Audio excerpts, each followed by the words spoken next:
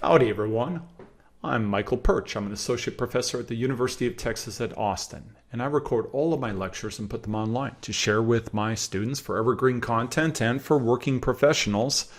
Always excited to hear about working professionals using my content and to encourage others to go into STEM. So we'll continue our journey today. Let's talk about convolutional neural networks. Now, to get started, we'll have to do a quick recall of artificial neural networks to make sure that we're clear on the terminology.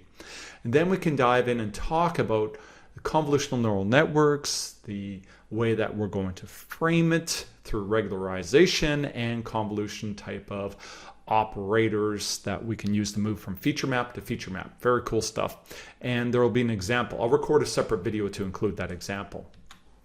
What's the motivation?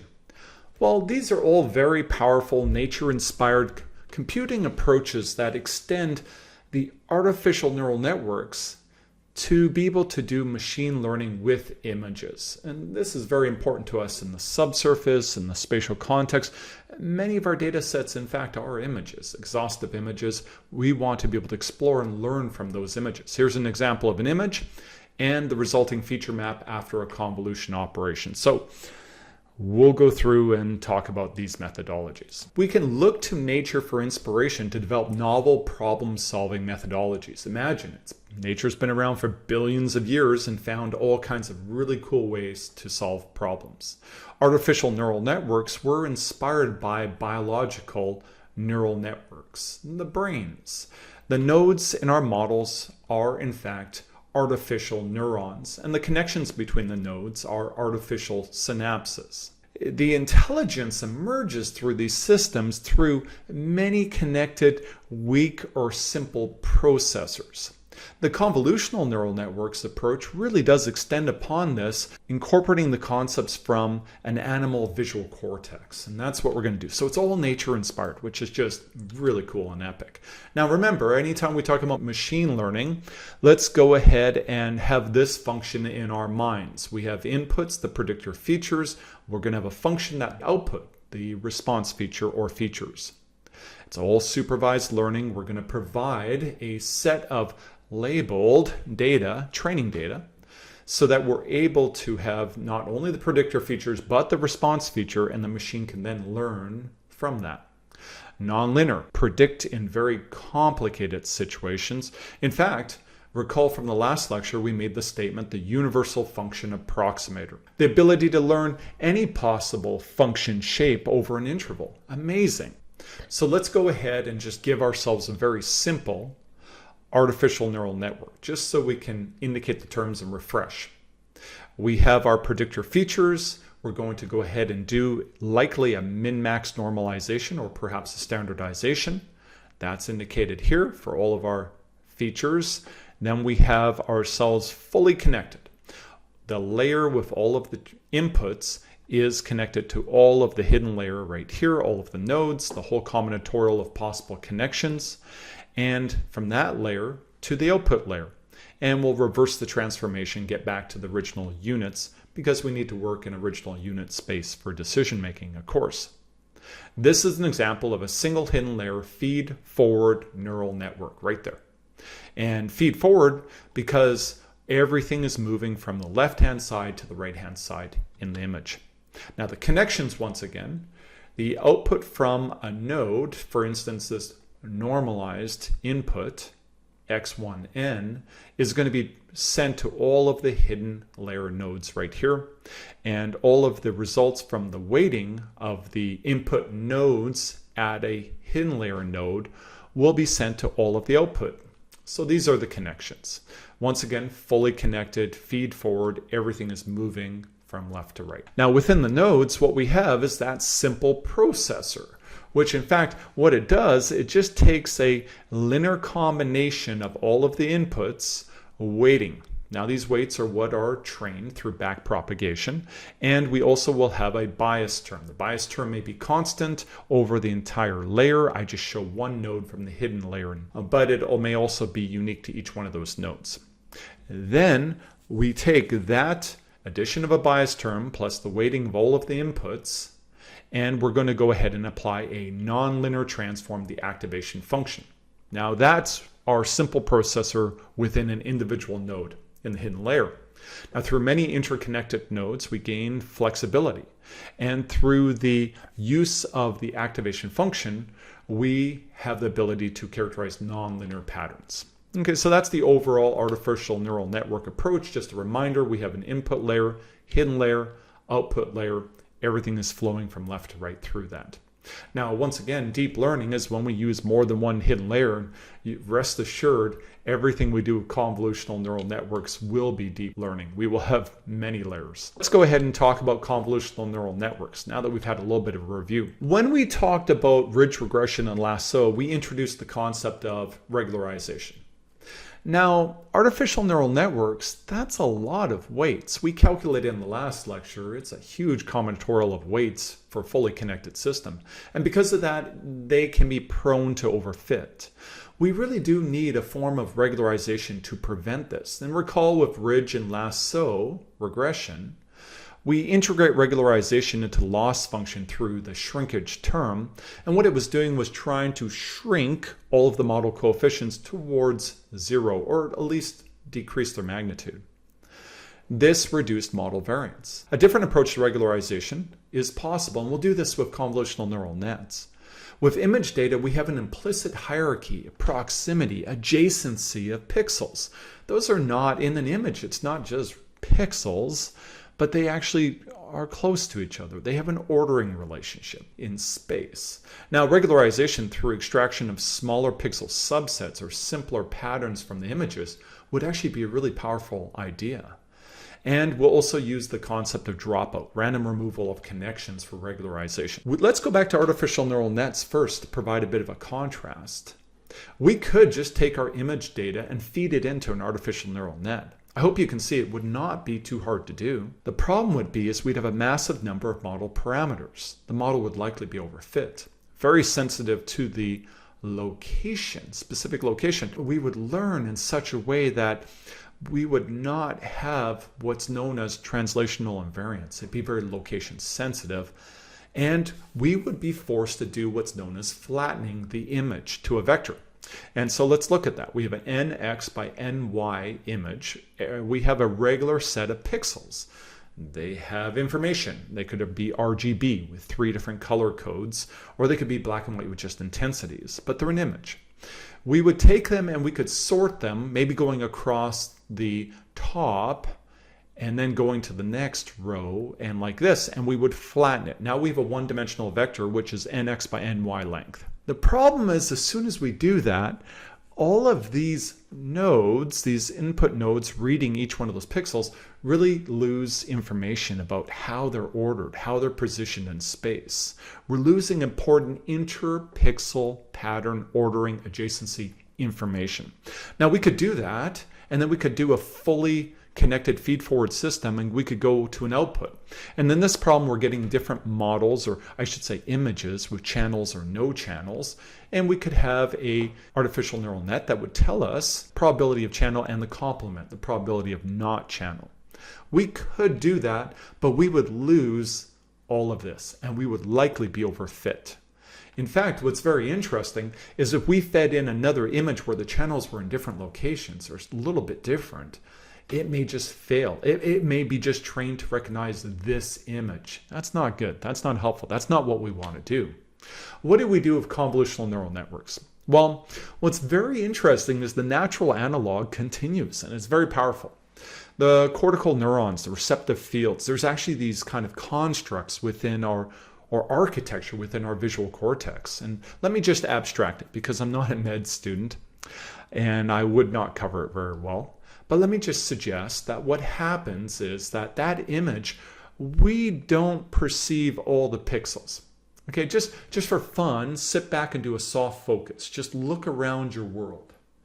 And what you'll notice is you're not seeing all of the pixels. No, what's happening is your visual cortex is interpreting and summarizing patterns. And so the way it works is it uses what's known as receptive fields. And so in your view, it's breaking up the image into subsets, and over each one of those subsets, different parts of your visual cortex are taking those images, working on them separately, extracting patterns. What's important? Edges, shapes, movement. Evolutionarily speaking, that's a good way not to be eaten by a larger predator, right? Being able to detect movement. Then what it does is it takes all of those receptive fields. Once it's summarized over each of them, it puts it together into your perception of what you see around you. And so in this example, you can start to summarize and see, well, I see a confined channelized system, an overbank deposit, and bars, and so forth, and you start to understand the world around you. That's the way it works. The whole point is maybe we can use that nature-inspired approach, and we can make a machine do that. Maybe that would be really, really powerful. So that's the whole idea with convolutional neural nets. Let's take that idea of regularization a little bit further and think about it in more detail. I could imagine having a feed-forward fully connected artificial neural net where I take the entire image as an input, and for the first layer and the hidden layer, I could go ahead and just fully connect every single pixel to every one of the nodes in that first layer. That's fully connected. Now the nodes in the next layer are fully connected to all of the previous layers or the image. Spatial information be lost. The image data is immediately flattened to 1D. And as I said before, ordering information would be lost with that.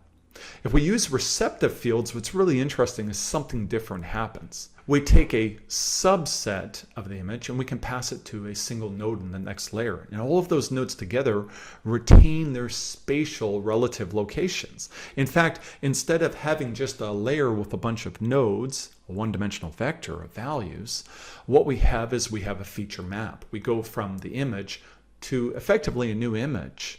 And it may have different dimensionality, it may change, it's extracting information.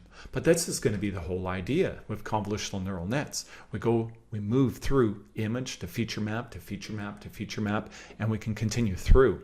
This will allow us to retain spatial information, extract patterns and features as we go along. It's very, very powerful. And once again, it's analogous to what we do in our visual cortex. Now let me just make a couple more comments about regularization. A constraint to reduce the sensitivity of a model to the data to reduce model variance. That's the whole idea of regularization. We do it through the use of receptive fields. How is that regularization? When you think about it, it's a massive reduction in the connections, i.e. the weights used within our neural network here.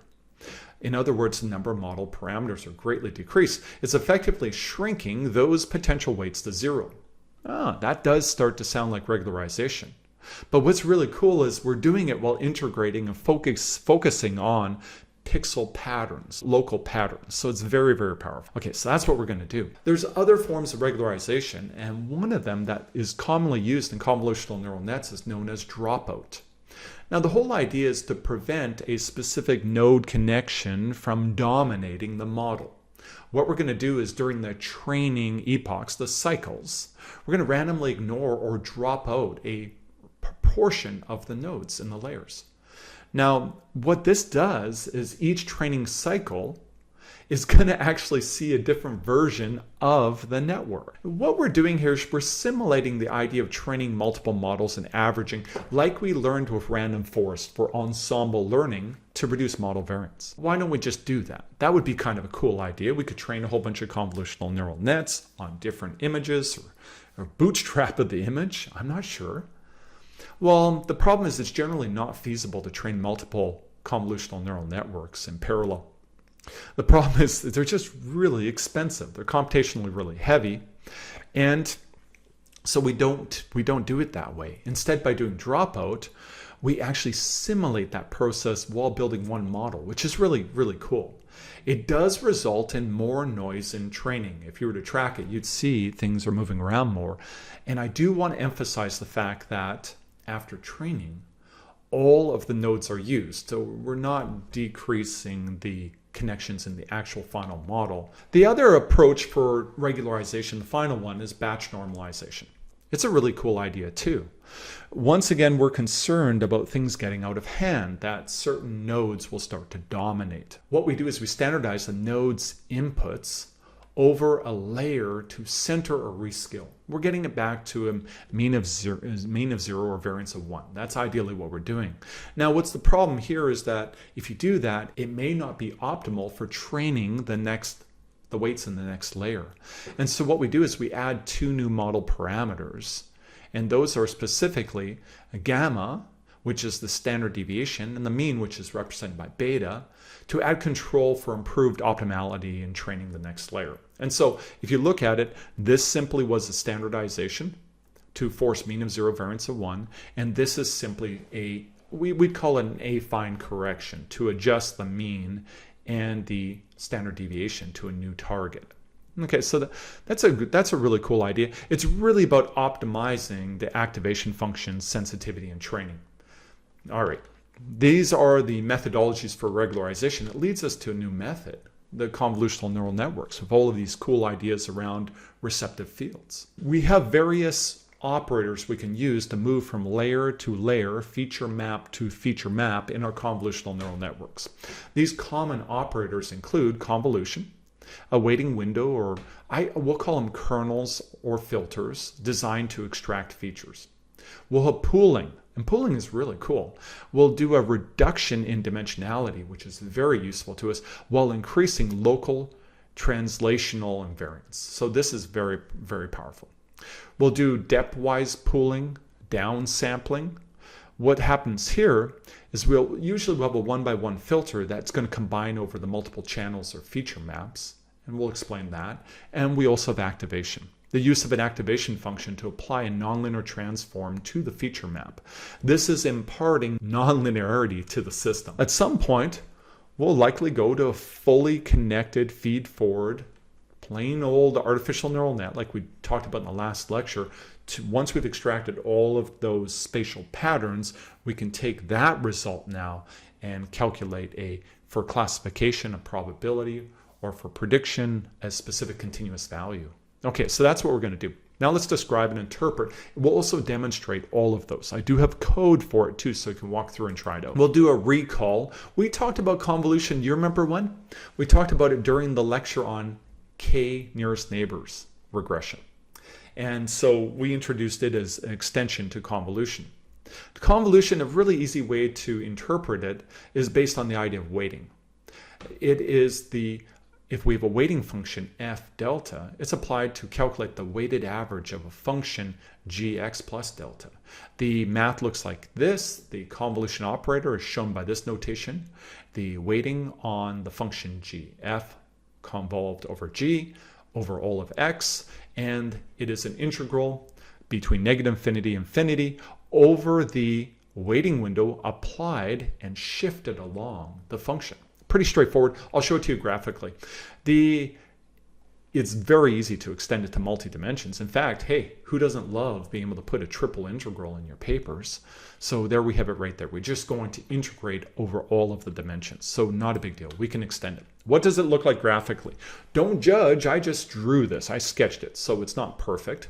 Here's the original function gx. Okay, so x, g, it's noisy. This is the function. It's all in 1D. Simple visualization. Here's f delta. This is our weighting window. If you look at it, you recognize immediately that this is a uniform weighting window. And if you apply it over that gx function for the f convolved over g, what you'll see is it smoothed it. In fact, we would call that blurring. So basically what we did is we took that weighting window and we just slid it along here, and we weighted all of the data within that window uniformly. And then we just applied it right here at the centroid, and we just kept scanning across. Okay, so that's the idea of convolution. Very straightforward. Now let's extend this and generalize it. The filter or kernel, and I'll use those terms interchangeably throughout this entire lecture, what it is that a set of weights assigned over that window, that convolution window, to calculate the next feature map. We're going to be training those weights in order to extract specific features. And that's the brilliance of convolutional neural networks. It actually trains these filters to figure out how to get the best prediction. Very, very cool. So what does it look like? Let's take an initial feature map. It has a size of 4, isotropic. And what we'll do is we'll go ahead and apply this kernel or filter on it. when we do that, we first position it right here. You see that. And then we take that value times that value, this value times this value, this value. And if you see, that's the math right there. I just simplified it and didn't do all the individual fractions. Okay, and so you can see right here, this is just doing a really simple average. When you do that, you calculate the average over all those values. I get this value right here, and I put it right there. Then I shift over, and I repeat. I get that value. I shift down. I get this value, and then the final location right here. Now you'll note that the next feature map has reduced in size by 1 because we're avoiding overlapping the kernel with the outside of the feature map. We didn't try to extrapolate outside the feature map, and that's pretty common. Now we'll make a couple more comments around that shortly. The size of the kernel, well, here's a couple of examples right here. A size of 4, 3, and 2, and these are all blur. These are all uniform weighting. They're related to the scale of the features that we want to extract. Now, of course, larger kernels will increase the number of connections and computational complexity of your calculation. We also commonly use odd numbers to avoid distortion. I hope you can see that if I use a 4 kernel size, then exactly where is the center? Where do I assign the value? In this case, I know exactly to assign the value right to the centroid of it. It makes it simpler. And asymmetric kernels are possible. Everything can be done like that. Now let's talk about padding. So what padding is, kernel padding is when you add or infer pixels outside of the feature map to avoid size reduction in the next feature map. So if I have an initial feature map right here, the current, I apply this kernel, I got to this, and I showed you this on a couple slides ago. If I do kernel padding, what I'm doing, a common way to do is to just assign zeros outside. Now I can actually assign a value right there, and that's the value here. I can actually step through, or we'll introduce the idea of stride, at all locations, and I don't have a reduction in the size of the next feature map. This blue value right here came from applying the kernel size of 3 here, where I was padding outside. Okay, I hope that's clear, this idea of padding to avoid size reduction in the next feature map. Without padding, you would always have a reduction in size. And we'll put an equation behind that shortly. We got one more concept to cover when it comes to convolution, and that is stride. These are the steps. So when we take that filter, this is a simple example of a filter size of 2. I could put it right here, get a value. I could put it 1 over, that's a stride of 1. I shift by 1, that's orange, I get that value. Shift 1 more time, that's my yellow square there, I get a value. And I can stride 1 throughout this kernel, and the result is I get these values right here. Now, if you want additional reduction in the size of the next feature map, you can do that through increasing the stride. Let me show you. Take that same kernel size of 2, and you take a stride of 2. Well, now I position it right here, I get one value, 3.5. And then I shift by 2 to the orange location, I get one value. Shift down by 2, you see that? By using a stride of 2, we further increased our reduction in size, downscaling. Okay. So how do we know the next feature map size? I hope you can see that the next, given a feature map, its size, n in, the next feature map size will be a function of the convolutional kernel size, the convolution padding size, the convolution stride size, and so all of those put together have an impact on the final result. Here's an example right here. The size of the feature map input was 4, the convolution kernel size was 2, the padding was 0, and the stride was 1. And if you go ahead and put that into this equation right here, you'll see that it'll predict a next feature map size of 3, and that's what we got. So if you want to know how you're going to move through from convolution layer to convolution layer, how you're going to reduce the size of the feature map, this is exactly how you calculate it right here. Very straightforward. Let's step back and take a look at what the weights mean within this window, within the kernel or filter. By designing the weights, the filter may extract specific features. Okay, let's convince you of this. First of all, blur or smoothing. Let's say you want to just learn the general trends. You want to kind of smooth things out. You could use more of a uniform weighting, and the result is the black is the initial image in 1D for simplicity, and the red dashed line is the output, the feature map of 1D. And you can see that it smoothed it off, it smoothed it down. The gradient or slope filter, look at this. What we're doing here is you notice it's doing this. It has the weights are kind of transitioning from positive to negative.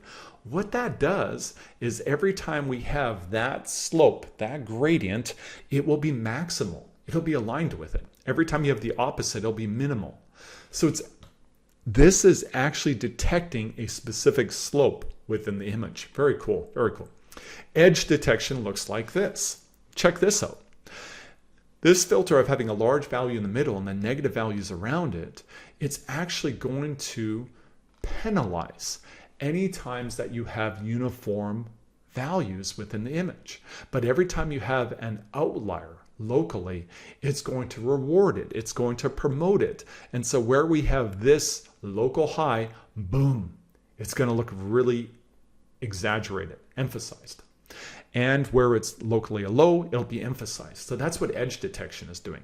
Now I want you to notice something, and this is the first time I've done this. I'm starting to be careful. The sum of the filter weights should be equal to 1. Now, if you think this through, we know this from geostatistics. If we have an estimator and if it's based on a linear weighting, the weight sum to 1 is a unbiasedness constraint. This prevents a bias in the result. In other words, we don't systematically shift the central tendency of the feature maps as we move across. Okay, so that's important because we don't want to be in a situation where we apply feature maps and suddenly the values all shift down. That could cause us issues with activation. These are kind of some ideas around it. Now, further comments around filters. The weights assigned over the kernel or filter are trained. Convolutional neural network is going to learn weights for filters to best extract patterns, all to maximize accuracy of the model on training data. You're going to have a loss function, back propagation. It's going to figure out those best weights within the kernel, whole of the kernels. Typically, multiple filters are used, or kernels. So what does this mean? You're going to use NK kernels or filters on each convolutional layer to extract various structures from the image. In other words, I'm not just concerned about the trend. I'm not just concerned about edges and so forth. I want to know all of them. When we do that, what we're doing is we're increasing the feature map depth, or sometimes known as channels. Okay, so if I take an initial nx by ny image and I apply nk filters, the result is I'm going to have a feature map that's nx by ny by nk. This is known as feature map depth, or also as the number of channels. Now, I want to kind of clarify, because sometimes you're in a situation with initial images that come into the model, and they have multiple channels. A great example of that is color images. They, in fact, have RGB channels. That's the common way that images are stored in a computer and used. And so you can actually look at the red intensity, green intensity, blue intensity. That's 3 channels coming in. So the channel term can be used for the depth of the initial image and is commonly used for that too. Okay, so I hope that was helpful. As we go through convolutional layers, we'll often use more than one filter, and so we'll keep increasing the depth of our feature map. Let me show you, after all of that discussion around convolution, I got to show you an example. Here's my image. Now, you may have seen this from my stationarity lecture. This is a subset of an image of a brick wall. All I've done is converted it to black and white, and then I used a color scale that would kind of provide less visual bias, better with colorblind individuals. I think it might have been Inferno or something like that from Matplotlib. The initial input image. Here's a size of 3 blur smoothing filter being applied. If you look through the image, I think there's no surprises. Anybody who's played around with a photo editor knows the blur filter and what it does. Smooths things out. Here's the example of a vertical gradient or slope filter. So I designed a simple one. It sums to 1. And when I apply it, look what happens. Isn't that great? It actually causes an intensification on the lines between the bricks. It sees those gradients. Isn't that cool? And also where we have the class in the limestone bricks, it's detecting those. Really, really cool. Now here's the edge detection filter right here, the size of 3 applied to the image. Look at that. It's really popping all of the local minima and maximas. It's seeing all of the edges. Okay, so we could apply all 3 of these filters to our image, and now we have a feature map with a depth of 3. And that's basically what we're doing with our convolution layers. Now let's talk about another operator, and that's the activation function. This is exactly the same as what we did back with artificial neural nets. The idea is to impart nonlinearity to the machine.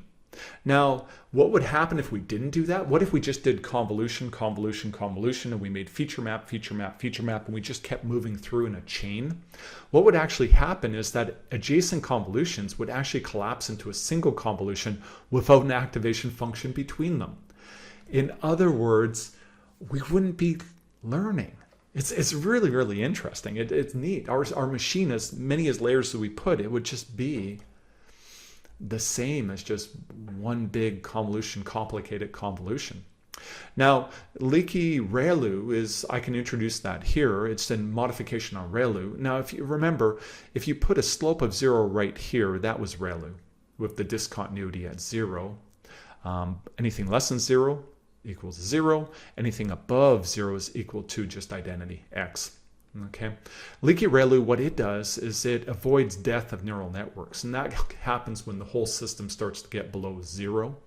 Because if the slope is equal to 0, everything just looks like 0, and it's basically losing information.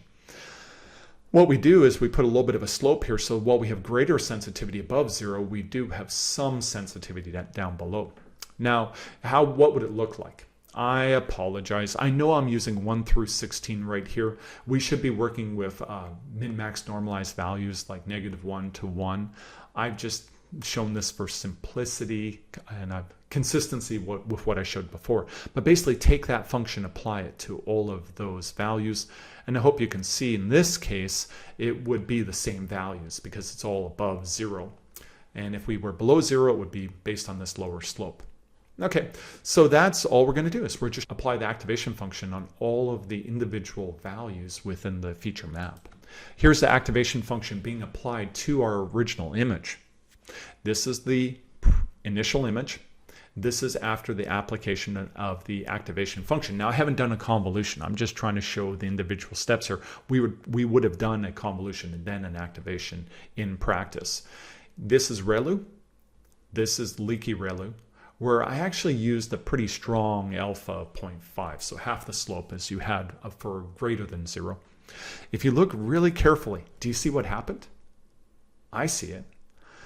The class, if you look right here, the class have been muted. They've kind of been removed.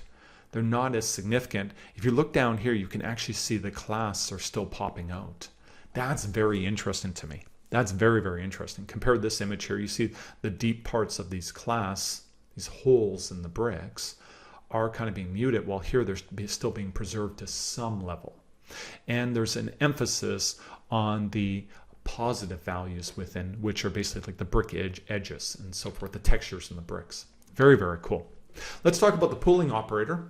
What we're going to do is summarize over a kernel or filter with a single value. Now it's downsampling the detection of the features in the feature map. So in other words, we have an initial nx by ny feature map. We apply pooling, and the result will have a new size of feature map, and it'll be reduced. It'll be smaller. Reduces the size, I should say the size of the feature maps. What it does, it integrates translational invariance. The pattern detection becomes insensitive or less sensitive to location. That's very good. If you want a convolutional neural net to be able to detect where, if there's a cat, it shouldn't matter exactly where the cat is, right? That would not be a useful machine if the cat has to be exactly in the same location. Two common pooling methods are average and max pooling. So let's go ahead and look at that. Let's take an example from our previous work. What we have here is our initial image right here. We're going to do pooling with max pooling. We're going to use a stride of 2 and a 2x2 filter for the pooling. Now if you look, what we have is our 2x2 stride of 2 will go here, 2x2, 2x2, 2x2, and the max pooling is simply going to take the maximum value within each one of those pooling. So 6, 8, 14, 16, 6, 8, 14, 16 right there. Now you'll notice that with pooling, once again, we do have a dimensionality reduction. If we have a 2x2 filter and a stride of 2, we're going to reduce the size by 1/2 per axis, or the number of pixels in total in the feature map by 1/4 in 2 dimensions. What's really cool here is I hope you can see how it's introducing translational invariance, because the 16, this interesting feature, this strong value, large value, is being passed here irregardless of where it was within the pooling window. So that's what we're talking about. That's what we're talking about as far as translational invariance. Here's an example of pooling right here. Initial image, I did a 5x5 filter with a stride of 5. So that's reducing the size by 5, 1/25 the number of pixels. Okay, so that's a really big step down in the size of the feature map. Now what I've done is I've actually blown it up and exaggerated its size so that you can kind of see it clearly, but I hope you can see the pixels are much larger now. If I shrunk it so the pixels were the same size as the initial image, it would be 1/5 by 1/5. It'd be a lot smaller. It'd be harder to see, so I kind of blew it up so you could see it. This is max pooling, this is average pooling right here. Really, really interesting. Okay, so we're creating, or we're imposing, translational invariance, and we're reducing the scale of the feature map. There's a depth-wise pooling operator. What we're going to do there is we're going to pool, but generally we'll often do a size of 1 for pooling, but then we'll pool across the depth of the feature maps, across all the individual feature maps. And so what we're doing is combining information from multiple feature maps. It reduces the depth of the feature map. You can imagine if you pool across all of them, you're going to reduce it to just the depth of 1. Two common pooling methods, once again, are average and max pooling. So we can also pool, we can pool within the feature map, and we can pool across the depth of the feature maps. So what does the common convolutional neural network look like? What is the workflow? Well, this is the common pattern that will be used. We take an input image, we have a convolution layer. Now remember, this will have multiple kernels. It's going to create a feature map with a depth equal to the number of kernels that were applied. This will extract spatial features into feature maps. Then we have to apply an activation function to integrate nonlinearity into the system. And then we'll do pooling. This is commonly what happens. So we'll have a pooling layer, and this will be dimensionality reduction and impart location or translational invariance into the system, right? We'll loop, can repeat, repeat, repeat, multiple layers. In the example that we show, we use about, I think, 5 or so repeats. Might be 3. And then what happens is once we've extracted all of the spatial information we need, then we can flatten the last feature map and apply it to a fully connected feed-forward artificial neural net, and we get our prediction, classification, regression, whatever it is. That is the common pattern for building a convolutional neural net. Let me just draw it with a little bit more detail. We'll have multiple cycles of convolution, activation, and pooling. This will reduce dimensionality, it'll impose nonlinearity, it'll allow us to have translational invariance. We can then take the last feature map, flatten it into 1D vector, and apply it to a fully connected feed-forward artificial neural network architecture, and at the end, we'll get our predictions on the other side. I'm going to stop right there.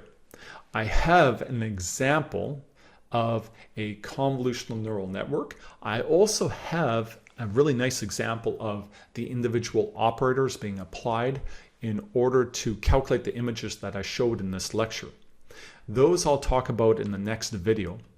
If you're interested to try them out, please go ahead and try them out. They're on my GitHub account right here. Subsurface Data Analytics, Convolutional Operators, and you can play around, try out all of these on an image. any image you want to put in fact. It's kind of fun to do. And I'll also have an example where I have a simple convolutional neural network for a classification problem. All right, that's it for now. I'll finish there. Once again, I'm Michael Pyrcz. I'm an associate professor at the University of Texas at Austin, and I share all of my lectures online to support my students, and I hope this lecture was helpful to you. All right, everyone, stay well.